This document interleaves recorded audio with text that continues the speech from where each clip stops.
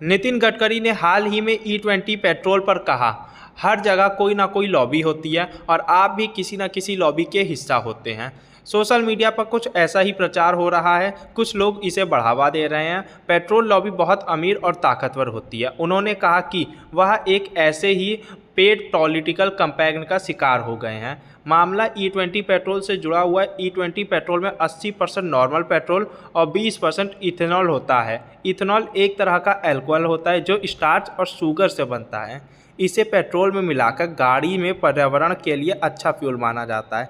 भारत सरकार E20 petrol को बढ़ावा दे रही है ताकि प्रदूषण कम हो सके और तेल की आयात पर निर्भरता घटे। लेकिन 6 सितंबर को कांग्रेस के प्रवक्ता पवन खेड़ा ने नितिन गडकरी को और उनके परिवार पर आरोप लगाए। उन्होंने कहा कि नितिन के बेटे एथेनॉल के कारोबार में खूब मुनाफा कमा रहे हैं और नितिन मंत्री होने के नाते सिर्फ इसी से जुड़ी पॉलिसी बनाते जा रहे हैं। कांग्रेस का कहना है कि नितिन के परिवार को पॉलिसी का सबसे ज़्यादा फायदा हो रहा है, सबसे ज़्यादा मुनाफा हो रहा है। पवन खेड़ा ने सरकार से सवाल भी पूछे, जैसे इथेनॉल से किसानों को कितना फ़ायदा हो रहा है, पेट्रोल और डीजल पर फिर क्यों महंगा हो रहा है, यानी कि किसानों को कितना फ़ायदा हो रहा है इथेनॉल से, और इथेनॉल का इस्तेमाल करने के बाद E20 का इस्तेमाल करने के बाद भी पेट्रोल और डीजल क्यों महंगा होता जा रहा है। अगर E20 बढ़ावा देना पब्लिक पॉलिसी है तो इसका फ़ायदा सिर्फ नितिन के बेटे को क्यों मिल रहा है।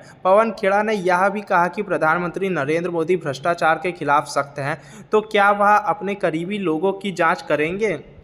क्या वो अपने भतीजों पर जांच बैठाएंगे?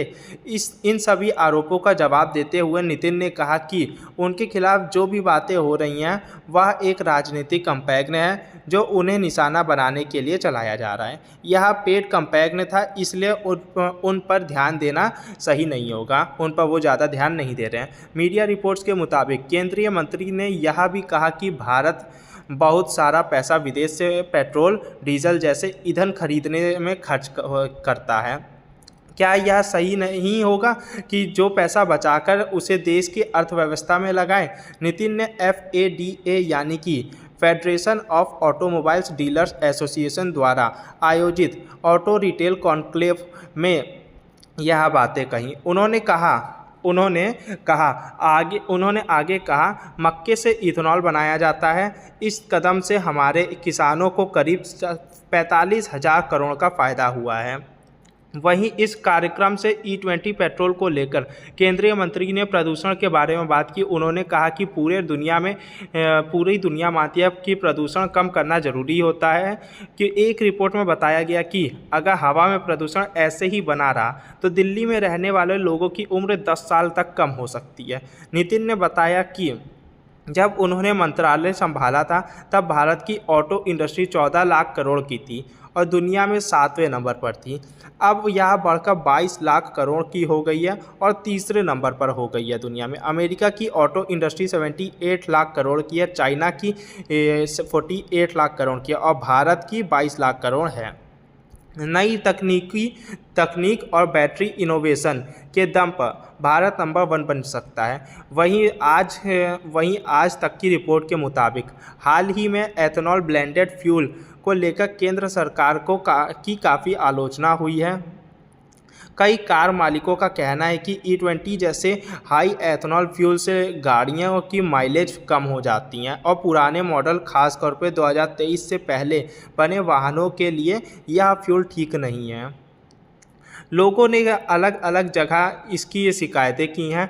Ministry of petroleum and natural gas ने बताया कि पेट्रोल की तुलना में इथेनॉल की एनर्जी डेंसिटी कम होती है, इसलिए माइलेज में थोड़ी सी कमी आती है। जो गाड़ियां E10 के लिए बनी हैं और E20 के लिए सही तरीके से सेट हैं उनमें माइलेज लगभग 1 से 2% कम हो सकती है, लेकिन और बाकी वाहनों में 3% से 6% तक कम हो सकती है। कुल मिलाकर E20 पेट्रोल को लेकर सरकार की मंशा देश को आत्मनिर्भर बनाने की है, किसानों की आमदनी बढ़ाना है। लेकिन जिस तरह से यह लागू किया जा रहा है उस पर कई सवाल उठ रहे हैं। नितिन पर लगे आरोपों पर सरकार की नीतियों को लेकर राजनीतिक बहस अपनी जगह है, लेकिन सवाल यह है कि इस मामले में आम जनता की समस्याओं पर ध्यान दिया जा रहा है या नहीं।